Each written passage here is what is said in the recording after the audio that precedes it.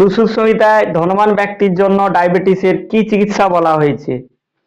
সুশ্রুত সংহিতায় চিকিৎসা স্থানে অধ্যায় 11তে বলা হয়েছে কোনো ধনবান ব্যক্তি যদি এই 4টি উপায় করে থাকে তাহলে তিনি ডায়াবেটিস থেকে মুক্ত হতে পারবেন।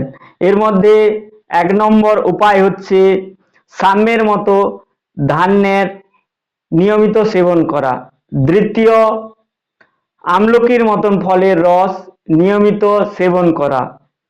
তৃতীয় উপায় হচ্ছে মৃগ অথবা গায়ের আশপাশ সর্বদা থাকা।